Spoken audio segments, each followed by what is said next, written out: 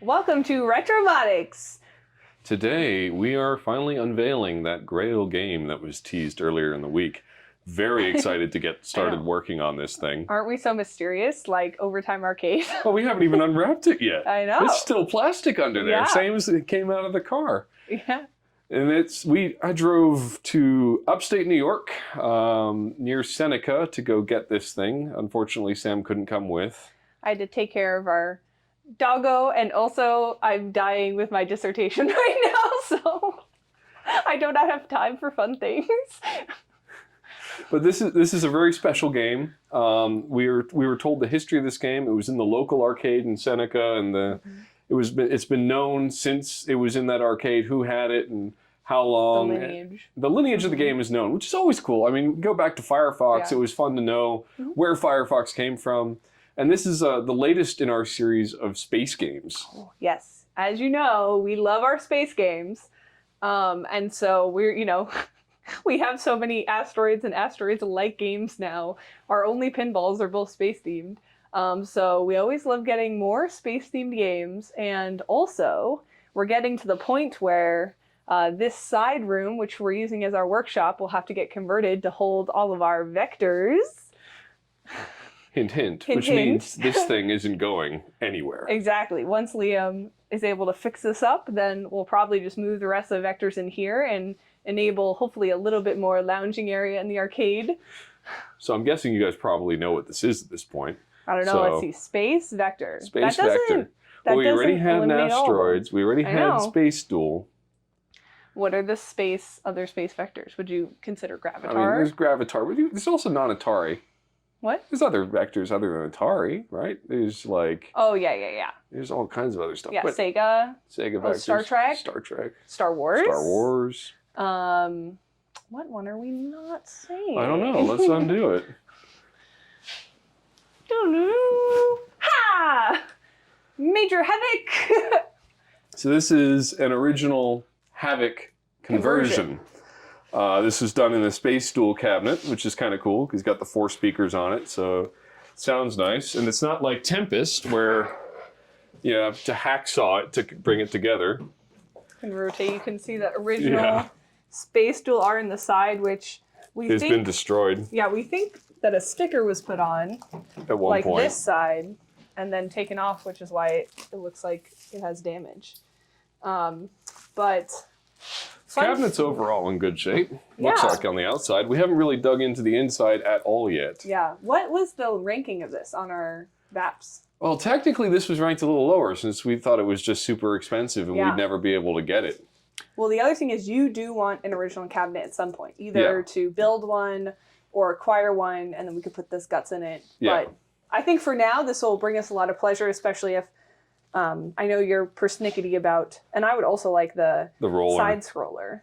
Because right now this has, it's like smaller than, it feels pretty good though, but it's like Tempest. I think that's a Mega Race It's very tiny.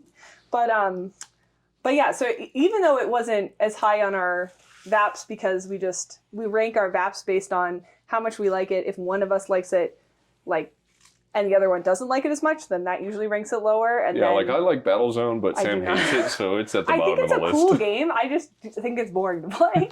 I think it looks cool. I like the physicality of it.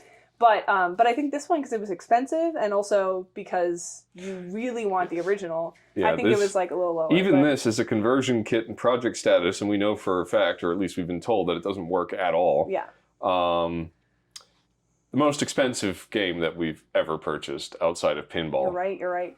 But it was worth it because Liam's been working a lot of overtime, and so his overtime money got to go to this game outside of our normal budget. But the other funny thing about this game is, Liam, do you want to tell them about your requirements?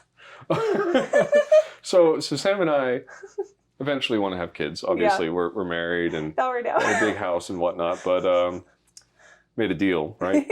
The deal is there are 3 games that I want to have before we have kids, and that is Major Havoc, dedicated, iRobot, dedicated, and the Addams Family pinball machine. Yeah. So the logic is, if we have kids, I don't think we'll be able to get those afterward. So we've got time Big ticket items. to acquire those big ticket items to be the cornerstones of our arcade. future arcade.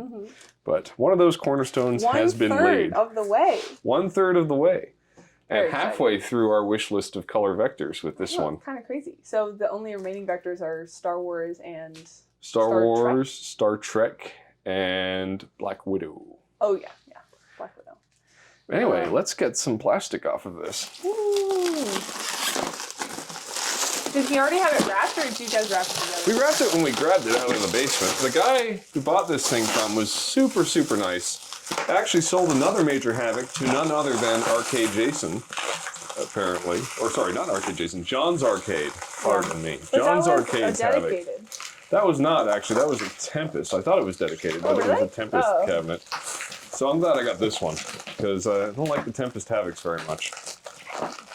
For this one, the monitor, we've been told, is dead, or at least has never shown any signs of life. It's a 6100. And the board, we were told, plays blind, but it's not even in here, so we don't know that yet. Overall, it seems a little bit dirty, but we're going to probably end up replacing the side art. Just because, well, this one didn't take very well to the test of time. But otherwise, it's complete, and we're very excited to see what happens with it. Here you go, hon. Huzzah! Huzzah! Pretty. So we've got our spinner, fire, shield, and buttons. Now I don't have to hear you him and ha every time you see someone with a major Havoc on K-Love to be like, why don't I have a major Havoc? Now you do have one. It's just, Havoc is such an interesting, complex game. It was a love letter to vector technology, the last vector that Atari made, and is just masterclass. One of the 4 quad pokey machines, one of the only ones that has multiple game modes. You got a platformer, you got something like a Galaga. Well, and like, I think it's fun that it has the little kind of like blockbuster game. Yeah, the breakout in the corner. That lets you like skip levels. Yeah. Yeah, but no, it is cool. The kind of similar to Tron, except Tron you select. Yeah, this once, one you're but... progressing, and it also has the Promised End ROM hack that's available for it too. That adds even more levels, like a Star Castle level, Final Base, and of course the Promised Ending. Yeah.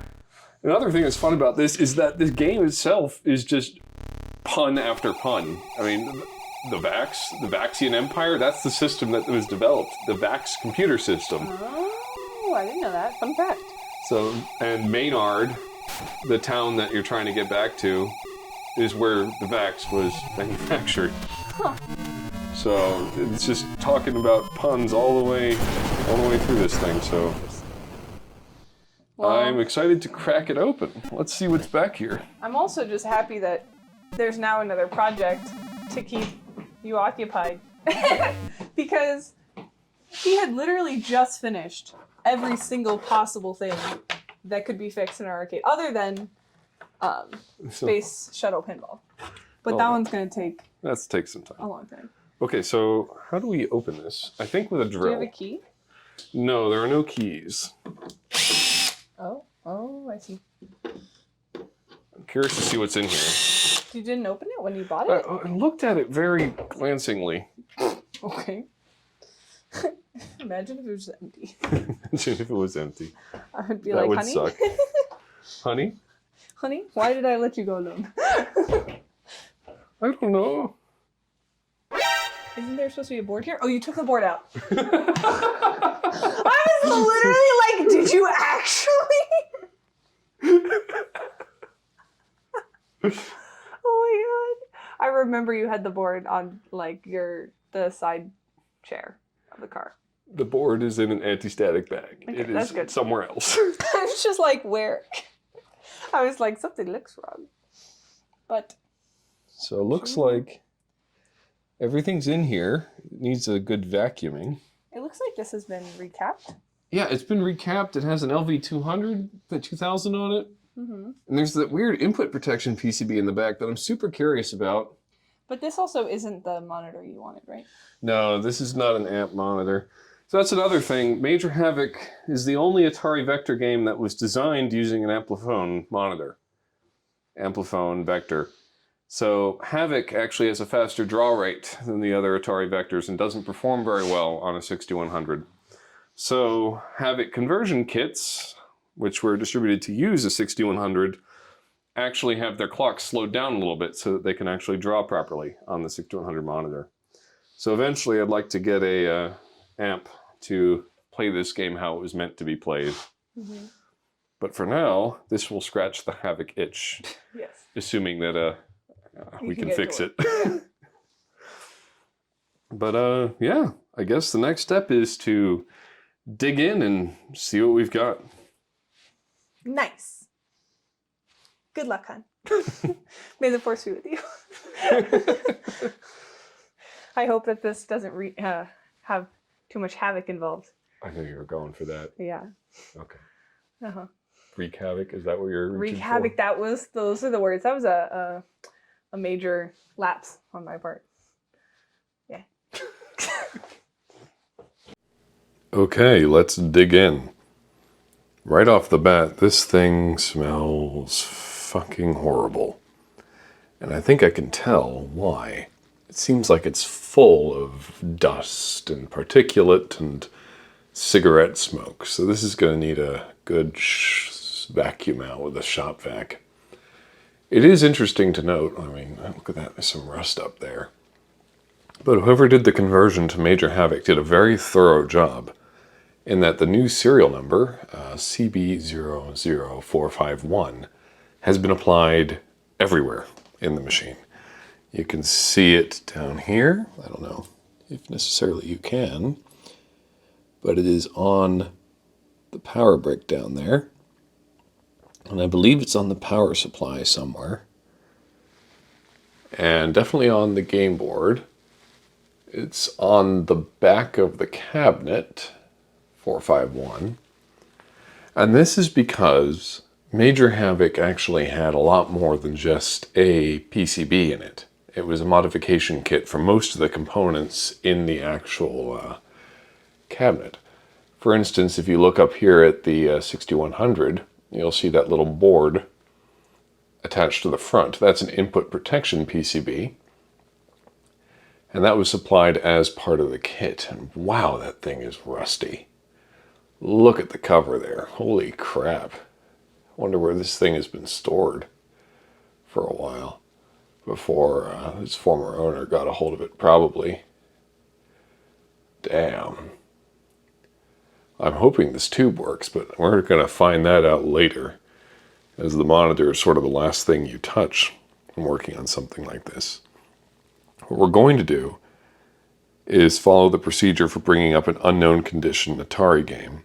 We're going to test all the fuses down here. We're going to test that big blue.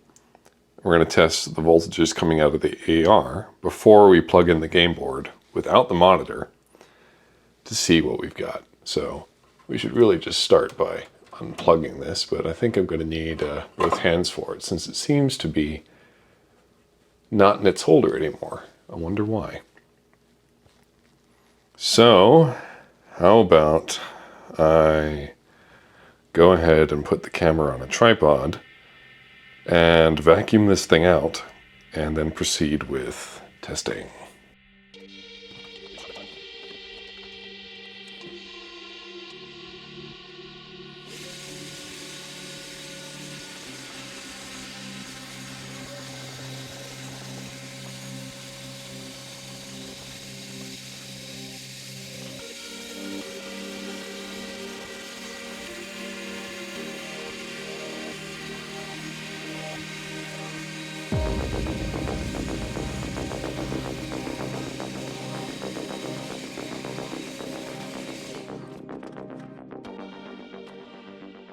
Okay, first thing we're going to do is some connectivity checking to make sure these fuses are all okay. 2, 3, 4, 5. And then there's this one here. Now if I remember correctly, in Major Havoc, the conversion kit actually has you do some modifications to the power supply as well, so it's not exactly alike. Oh, this one does not want to come out. Kind of scared by how much it's twisting.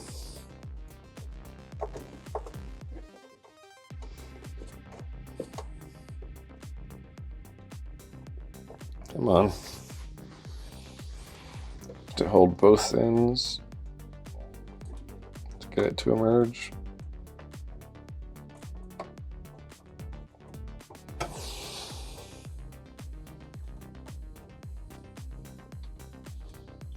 That is a very stubborn fuse. I don't want to have to peel up the power supply just yet. I'm afraid of what horror might be under there.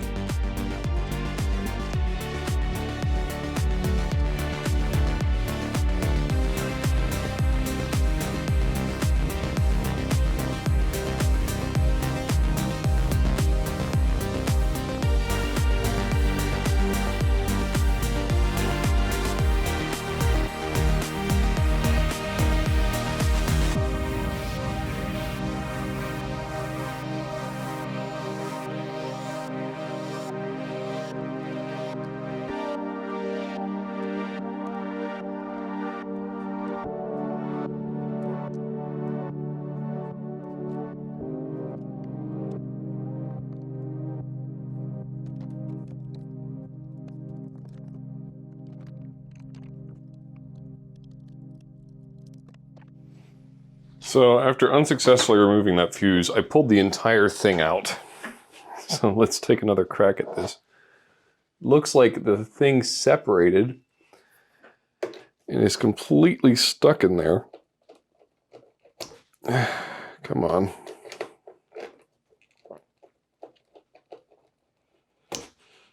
Trying to pull it out with basically no success, because the bottom just keeps twisting around.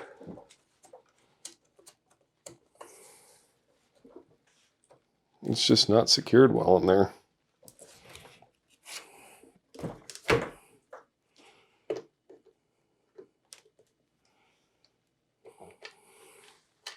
There we go. All that to see that the fuse is intact. Isn't that fun? Let's take a closer look. Well, you know what? Let's confirm it with our multimeter before we put this back in the cabinet like idiots. Ta-da! Oh, that was my multimeter turning off.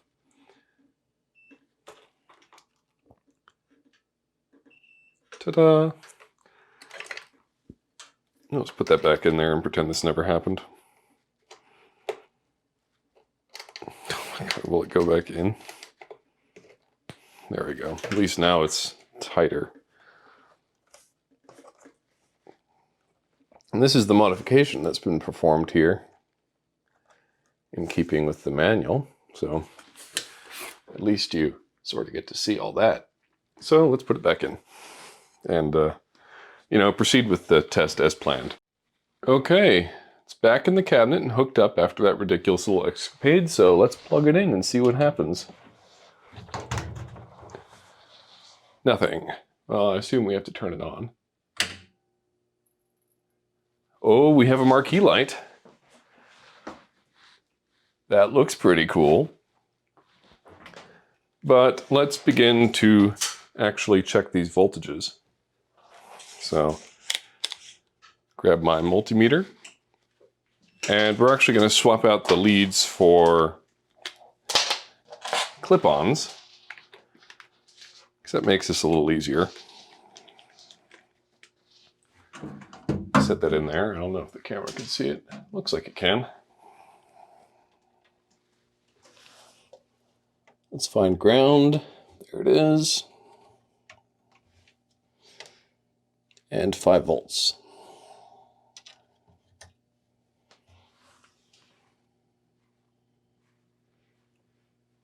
otherwise known as cents.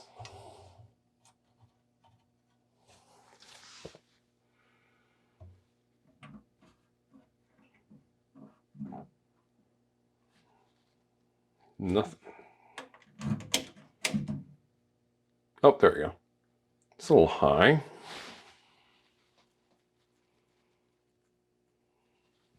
So let's adjust that down.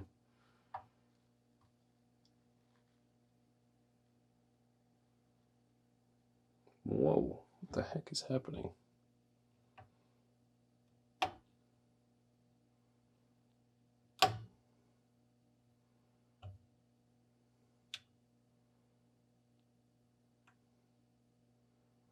That is unstable.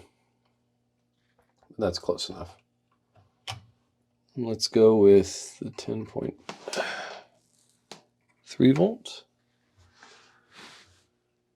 That looks good. So let's check the big blue. And to do that, we're going to go and put it in AC mode. Select the range properly. Make sure it's less than 0.5 volts, which it is. So our big blue is fine. That means it's time to go get the game board and see what happens. Okay, I've hooked it up to my oscilloscope. So let's see.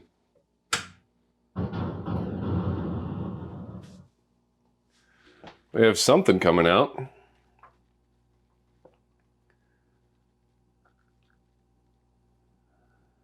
Not sure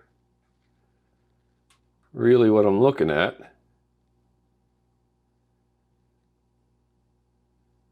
Seems a little odd.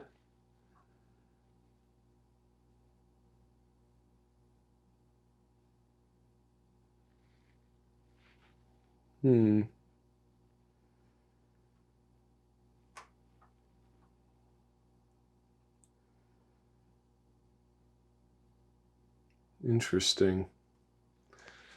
Let's see what happens if we coin it up. Well, I can see already that the lit start buttons are not flashing.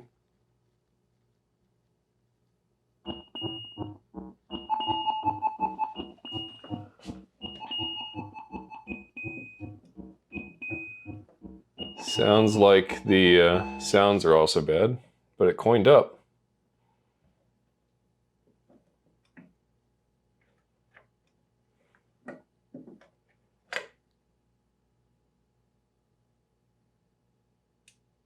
Or maybe it didn't.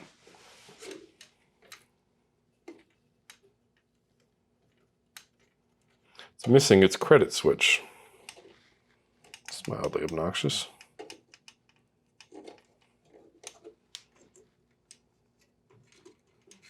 Anyone have a quarter?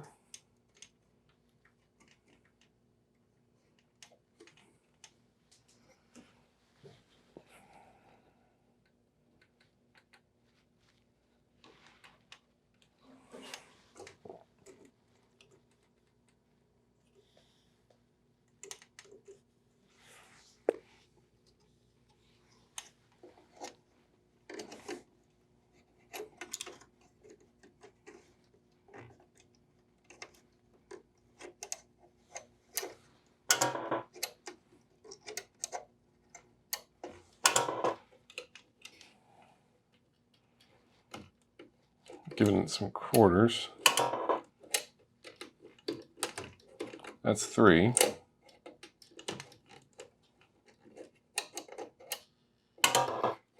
4. There we go.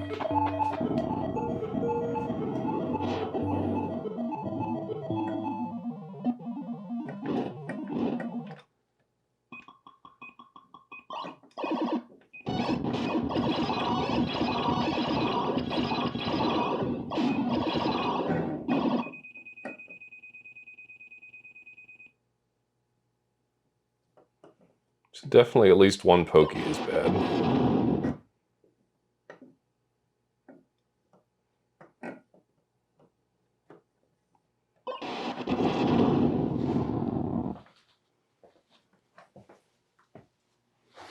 Let's show you guys what the front of the cabinet looks like right now.